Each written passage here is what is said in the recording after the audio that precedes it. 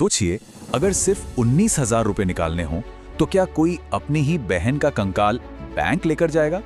ये सुनने में एकदम किसी फिल्म की कहानी लगता है, लेकिन यकीन मानिए ये एक बहुत ही दर्दनाक सच्चाई है। उड़ीसा के एक छोटे से गांव में रहने वाला एक भाई अपनी बहन की मौत के बाद उसके बैंक अकाउंट से बस कुछ पैसे निकालना चाहता था। लेकिन एक आम इंसान जब इस सख्त सिस्टम के सामने खड़ा होता है तो उसके साथ असल में क्या होता है, आइए इस कहानी को गहराई से समझते हैं। आखिर एक साधारण इंसान को ऐसा क्या क्या सहना पड़ा होगा कि उसे अपनी सगी बहन का कंकाल बैंक की ब्रांच तक लाना पड़ गया। ये सिर्फ कोई एक आम सी खबर नहीं है, बल्कि ये हमारे सिस्टम की वो कड़वी सच्चाई है जहां नियम तो बहुत हैं, लेकिन इंसानियत कहीं बहुत पीछे छूट जाती है। एक 52 साल का व्यक्ति जो इस सिस्टम के आगे बिल्कुल बेबस हो गया था। जानते हैं वो रकम आखिर थी कितनी? सिर्फ 19,300 रुपए। जी हाँ, कालरा मुंडा नाम की उस महिला ने अपनी बकरियां और कुछ मवेशी बेचकर जीवन भर की ये छोटी सी जमा पूंजी बैंक में इकट्ठा की थी। बस यही 19,300 रुपए। लेकिन असली परेशानी यहीं से शुरू हुई।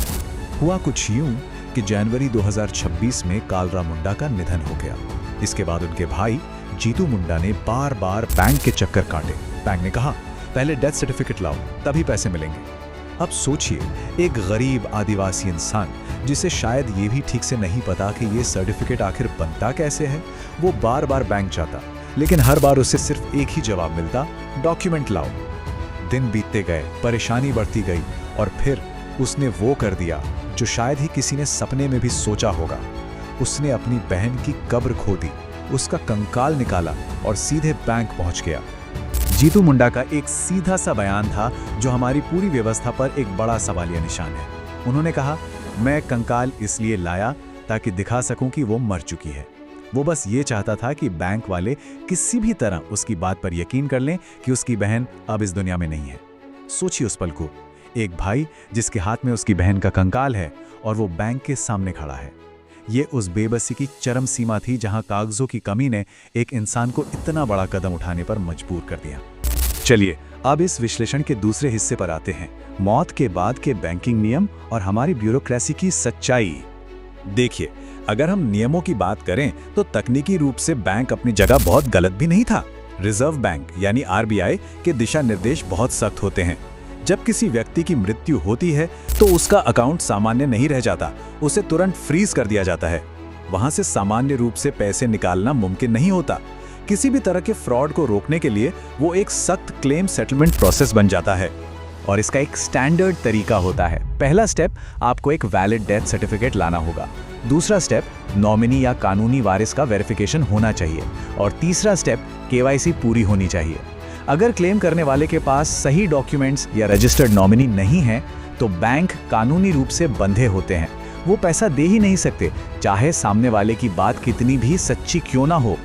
अब यहाँ एक बहुत बड़ा कंफ्यूजन भी होता है नॉमिनी को लेकर। हम सबको लगता है कि नॉमिनी ही पैसों का मालिक है, राइट? लेकिन असल में ऐसा नहीं है। कानूनी तौर पर नॉमिनी सिर्फ एक कस्टोडियन या ट्रस्टी होता है जिसे बैंक पैसा सौंपता है ताकि बैंक की अपनी जिम्मेदारी खत्म हो सके।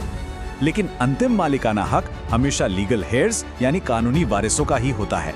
बस इसी बारीक अंतर और कागजी कार्यवाही की वजह से कई बार एकदम जेन्युइन क्लेम भी सालों साल अटके रहते हैं।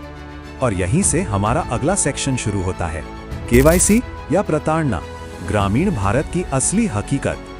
जरा इन दोनों दुनियाओं को आमने सामने रखकर देखिए। एक तरफ है हमारे बैंकिंग नियम जिन्हें एकदम सटीक स्पेलिंग, स्टैंडर्ड आईडी और फॉर्मल मृत्यु प्रमाण पत्र चाहिए, और दूसरी तरफ है हमारे ग्रामीण भारत की हकीकत जहां आधार कार्ड में नाम की स्पेलिंग गलत होना बहुत आम बात है, ना प्रॉपर फॉर्मल डॉक्यूमेंट्स होते हैं और इंटरनेट या सर्वर कनेक्टिविटी की तो पूछिए ही मत। एक छोटी सी स्पेलिंग मिस्टेक और एक ग्रामीण इंसान अपने ही पैसों से पूरी तरह वंचित हो जाता है। मनी लाइफ की एक रिपोर्ट आई थी और यकीन मानिए उसके आंकड़े सच में डरा देने वाले हैं। झारखंड और छत्तीसगढ़ जैसे राज्यों में सर्वे हुआ तो पता चला कि ग्रामीण इलाकों में 60% तक घरों का कोई ना कोई बैंक अकाउंट सिर्फ केवाईसी की वजह से फ्रीज पड़ा है। इसका सीधा सा मतलब है कि उन्हें अपनी ही पेंशन, मजदूरी या सरकारी योजनाओं का पैसा नहीं मिल पा रहा है।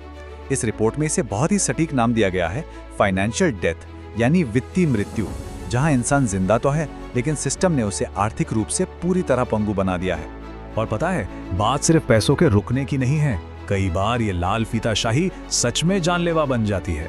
रिपोर्ट में रमन नाम के एक व्यक्ति का बहुत ही दुखद उदाहरण है। वो अपने फ्रीज हो चुके अकाउंट को दोबारा चालू करवाने के लिए बैंक की लंबी लाइन में खड़ा था और थकान से वहीं उसकी मौत हो गई। ये एक बहुत ही कड़वी सच्चाई है कि नियम हमारी सुरक्षा के लिए बनाए गए थे, लेकिन कई बार वो इतने जटिल हो जाते हैं कि कमजोर वर्ग के लिए आफत बन जाते हैं। तो चलिए वापस चलते हैं ओडिशा की उस घटना पर और देखते हैं कि इस पूरे मामले की जांच में आखिर सच्चाई क्या निकल कर आई। जब ये पूरा हंगामा बढ़ा तो बैंक ने अपने बचाव में सबसे पहले क्या कहा कि जीतू मुंडा शराब के नशे में था और वो पहली बार ही बैंक आया था। लेकिन जब रेवेन्यू डिविजनल कमिश्नर ने बैंक के सीसीटीवी फुटेज खंगाले तो सच्चाई बिल्कुल अलग निकली। फुटेज से ये साफ साबित हो गया कि जीतू पहले भी बैंक आ चुका था। और सबसे बड़ी बात, बैंक के कर्मचारी बहुत अच्छी तरह जानते थे कि वो दोनों भाई बहन हैं। इस पर जांच करने वाले कमिश्नर संग्राम केशरी महापात्रा जी का साफ कहना था कि बैंक अधिकारियों की बॉडी लैंग्वेज ही बता रही है कि गलती उनकी है। इसमें साफ तौर पर लापरवाही बरती गई है। जाहिर सी बात है, जब बैंक स्टाफ जीतू और उसकी बहन को पहले से जानता था तो उन्हें एक अनपढ़ ग्रामीण को जरूरी डॉक्यूमेंट्स के बारे में सही तरीके से गाइड करना चाहिए था, जो उन्होंने बिल्कुल नहीं किया। तो फाइनली ये पूरा मामला सुलझा कैसे? जैसे ही खबर मीडिया में आई और सुर्खियों में छाई, जो प्रशासन महीनों से सोया था वो तुरंत हरकत में आ गया। रातों रात सरकारी प्रक्रियाएं तेज हुईं, डेथ सर्टिफिकेट और लीगल हेयर सर्टिफिकेट जारी किए गए। इसके बाद बैंक ने 19,402 रुपए की वो राशि तीनों कानूनी वारिसों में बांट दी। जीतू मुंडा को भी उनका हिस्सा मिल गया और उन्होंने बिना कोई शिकायत किए बैंक अधिकारियों को माफ भी कर दिया। इसके अलावा उन्हें रेड क्रॉस की तरफ से 30,000 रुपए की आर्थिक मदद भी दी गई। सिस्टम ने काम तो किया, लेकिन भारी हंगामे और फजीहत के बाद। तो जाते जाते आज के इस विश्लेषण से एक सवाल हम सबको खुद से पूछना चाहिए। क्या 19,000 रुपए के लिए किसी को इतना बड़ा कदम उठाना चाहिए था, या फिर हमारा सिस्टम इतना मुश्किल हो चुका है कि एक आम इंसान उसमें खुद को पूरी तरह खो देता है? ये कहानी हमें सिर्फ शॉक नहीं करती, ये हमें अंदर तक सोचने पर मजबूर करती है। नियम हमारे पैसों की सुरक्षा के लिए हैं, बिल्कुल सही है, लेकिन क्या इस सुरक्षा की कीमत हमारी इंसानियत है? अगर इस विश्लेषण ने आपको भी सोचने पर मजबूर किया हो तो इसे शेयर जरूर कीजिएगा, क्योंकि कुछ कहानियां सिर्फ सुनी नहीं, गहराई से समझी जानी चाहिए।